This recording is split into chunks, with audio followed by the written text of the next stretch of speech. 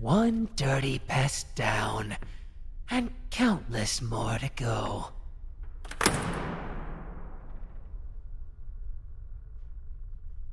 You have yet to let me know if there's any kind of limits on this quirk that I should be worried about.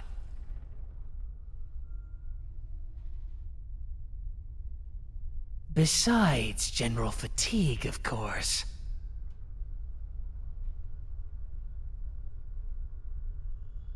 There's truly no stopping you, is there? With proper rest, you could do this endlessly.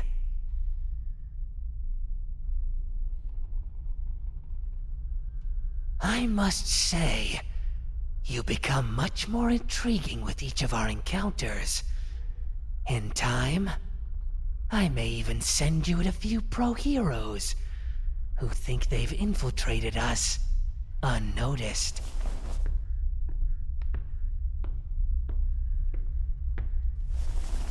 Oh? You believe that you know exactly who I'm suspecting?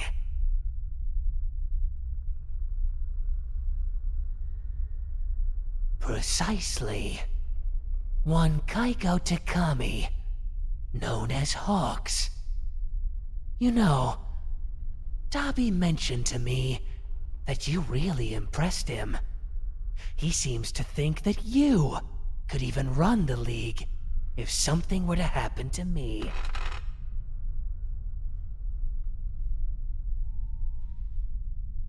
You wouldn't care, even if such an opportunity opened up.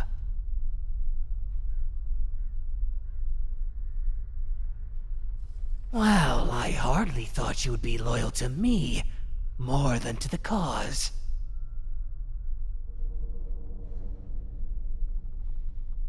And what if someone other than Dabi, or Mr. Compress, or some other trusted party stepped up?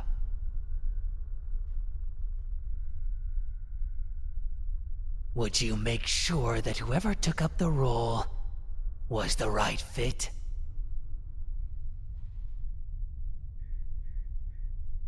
Oh, I'm very aware that you know if their intentions were true.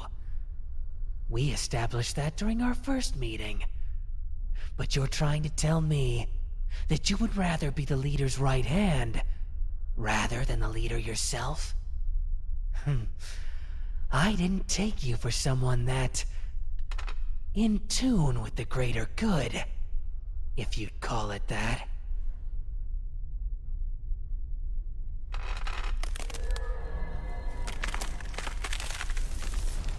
While your humility is noted, I hope you're aware that it's up to me to establish the hierarchy in this league.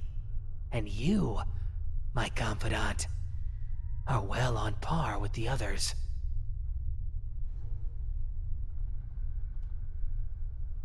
I am aware that you didn't ask for that, but your actions speak far louder than your words or thoughts, and I think you've proven yourself.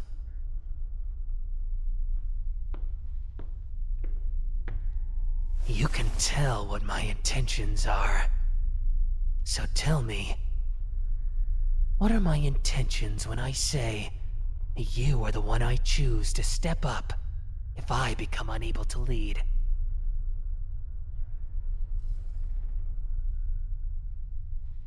Yes, use your quirk.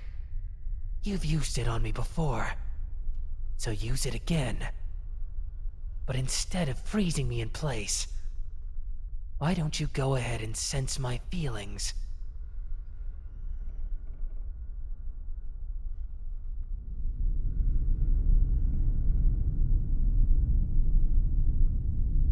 And what's that supposed to mean?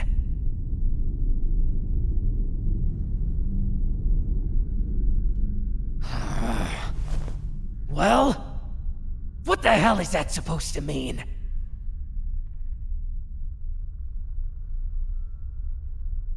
Saying that I have multiple different intentions.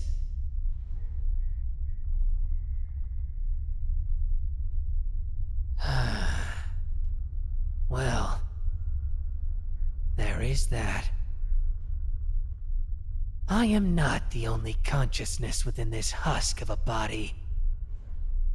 There is me, and there is the one who has finally tuned and crafted me into the man you see standing before you. But you know how to distinguish me from him.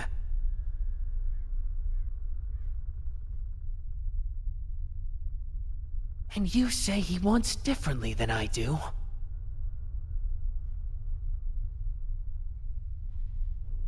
Did I ask you to explain every desire of every consciousness within this body?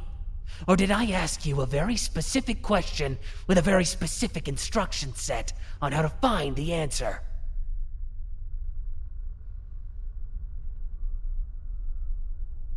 While I greatly value your abilities, I don't care that much for the unfounded sass.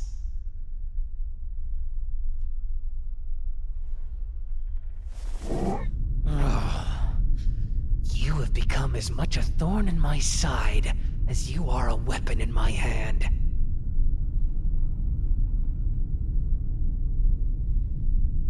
Yes, and what do you sense? And don't even try annoying me with that playing dumb ruse. You use it on lower-ranking members, but you best not use it on me.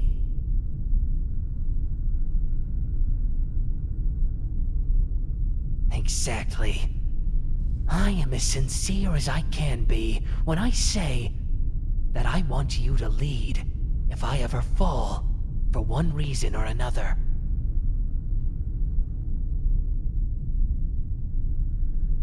And so what if he thinks that you should be as far away from me as possible? Wait. Why would he think that? His goals are in line with mine, aren't they?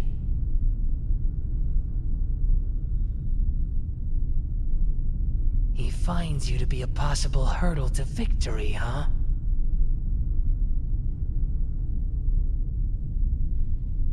Oh, really now? A child, unable to make sound decisions if I'm not completely isolated, with his teachings as my only companion? Well, I say that perhaps he is the one who's been in isolation for far too long.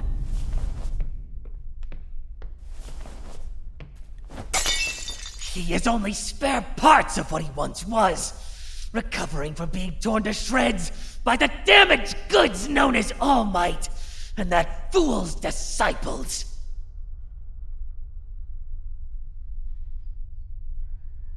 I am not being hysterical! I am not going to take the desires of someone as detached, as all for one, as some sort of rulebook. I will, however, let him guide me towards victory.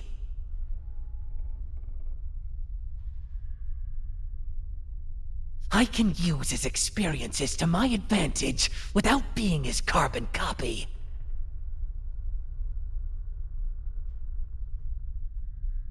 One of the things I will do that he surely didn't is make proper alliances.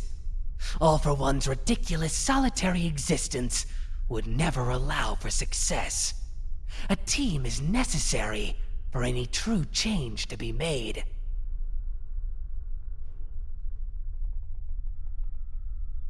And true change only comes when things start affecting more than just one person. Don't you know that by now?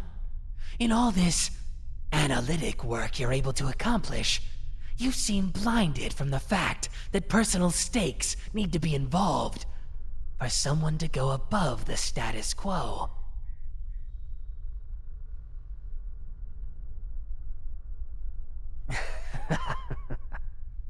Oh no, you do in fact have plenty of personal stake in the outcome of this.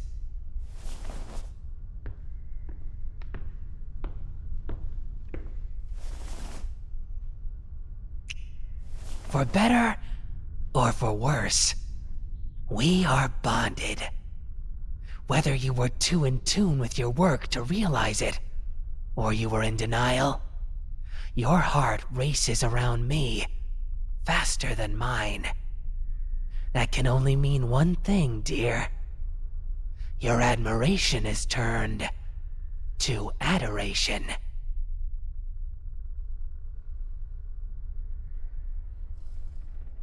Oh, I've known for quite some time now.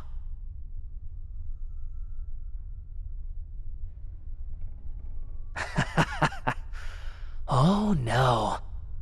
That's how I know you'll do exactly as needed, when needed. Love, even the base idea of it, can be the strongest driving force to make anyone continue down a desired path. And you? I believe it's the only thing that inspires you to action.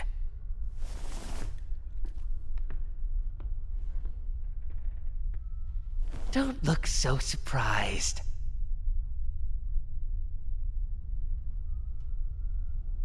What? You thought I wouldn't notice?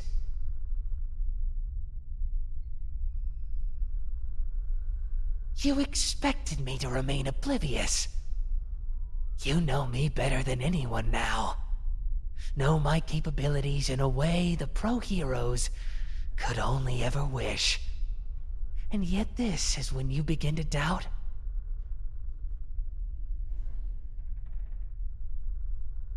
Unlike the sappy, overdone whirlwind romances you might see on a screen, I will never be romantic about this. However, I will never treat you as some lesser-than pawn that All for One, for example, would think you to be. You are mine, and I don't compromise when it comes to what's mine.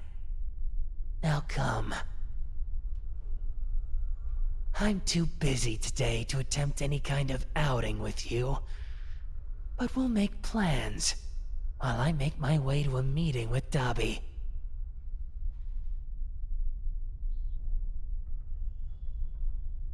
Good. Then why not tell me those ideas of yours? Thank you for listening to Midnight's Melodies. What do you think may come of this bond with Shigaraki? Let me know in the comments. And make sure you like, subscribe, and hit the notification icon so you don't miss out on Shigaraki's attempt at romance in Chapter 3. And if you'd like to further support the channel, please consider becoming a member or head over to my Patreon at patreon.com/midnightsmelodies. And if you're interested in a private commission, please head to the link on the screen. And remember, my library is always open.